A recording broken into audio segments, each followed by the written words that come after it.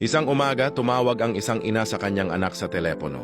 Mahina niyang sabi, "Anak, gusto kong makasama ka sa araw ng mga ina." Napakunot noo ang anak at sumagot ng malamig, "Ha? Yung matandang yon pupunta rito? Wala namang dala yan palagi, puro abala lang. Ayokong pumunta siya rito." Narinig iyon ng asawa na nakatayo malapit. "Sa tingin mo gusto ko rin siyang andito?" "Hindi rin." Pero ngayon, hindi na ako gumawa ng dahilan, paliwanag ng anak. "Sinabi kong nandito kami kasi alam mo naman iniisip ko, di ba? Sira na yung kotse natin at balak kong kumuha ng bago sa pangalan niya. Kapag nabili na niya ang kotse para sa atin, titigilan na lang natin ang pagbabayad. Siya ang mapipilitang magbayad para hindi masira ang credit niya. Sa ganong paraan, makukuha natin ang kotse ng libre." Ngumiti ang asawa at sinabing, "Magandang ideya yan. Pagdating niya, aasikasuhin natin siya para hindi siya magduda. Tapos, kukumbinsihin natin siyang bilhin ang kotse sa pangalan niya." Natawa ang lalaki. "Tama! Paparating na ba siya?" "Oo," sagot ng asawa. Sabi niya malapit na siya. Hiningi niya na sunduin ko siya sa terminal ng bus pero sinabi kong wala tayong gasolina. Kaya naglalakad siya papunta rito, napatawa ang asawa. "Hindi ako magsasayang ng gasolina para sa matandang yon." Samantala, naglalakad ang ina sa ilalim ng matinding araw, pawis na pawis at pagod. Mahina niyang sambit, "Diyos ko, ibinigay ko ang lahat para sa anak kong ito. Pero ganito na lang ang trato niya sa akin."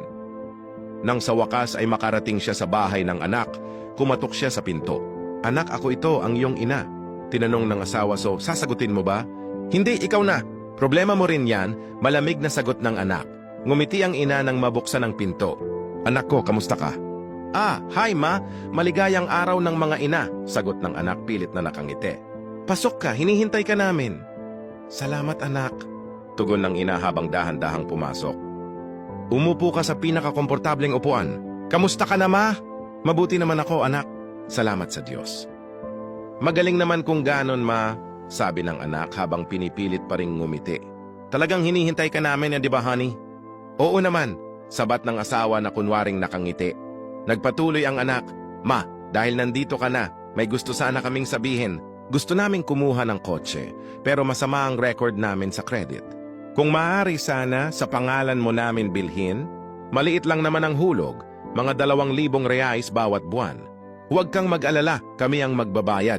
Agad namang sabat ng asawa at pagkatapos noon, bibili kami ng masarap na karne para sa barbecue. At may maliit na regalo rin kami para sa iyo bilang araw ng mga ina. Dahil hindi namin magamit ang pangalan namin, sayo na lang pero kami ang magbabayad ha.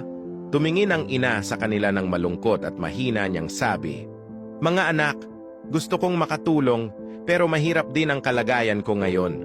Pumunta ako rito para makasama kayo ngayong araw ng mga ina at baka makitulog ng ilang araw kasi wala na akong pagkain sa bahay."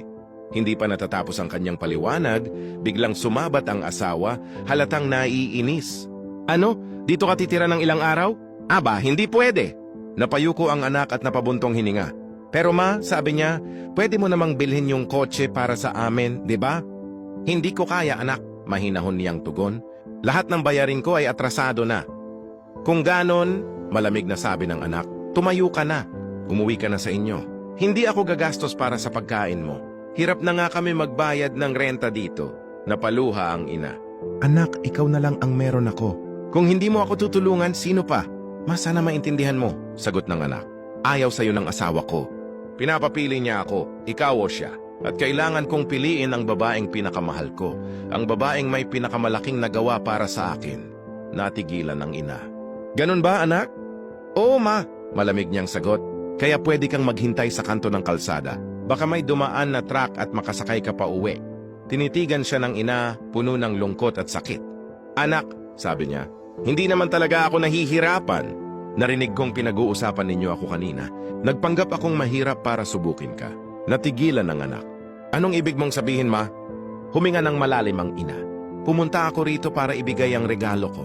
Binili ko ang lupang ito para hindi mo na kailangang magbayad ng renta." Namangha ang anak. "Totoo ba yan, ma?" "Patingin nga ng mga papeles." Umiling ang ina. "Oo, binili ko nga pero hindi para sa'yo. Hindi mo ito karapat-dapat. Narinig ko lahat kung paano mo planong gamitin ang pangalan ko para makakuha ng kotse at hindi magbayad." "Ma, hindi ko ideya yon. Siya ang may plano. Sigaw ng anak, sabay turo sa kanyang asawa. Ngunit tiningnan lang sila ng ina at malungkot na nagsabi, "Bagay kayong dalawa. Wala na akong gustong kinalaman sa inyo." Lumabas siya ng bahay, iniwan silang tulala at puno ng hiya. At ikaw, sa tingin mo ba tama ang ginawa ng ina na hindi ibigay ang regalo matapos niyang marinig kung paano siya pinag-usapan ng sarili niyang anak?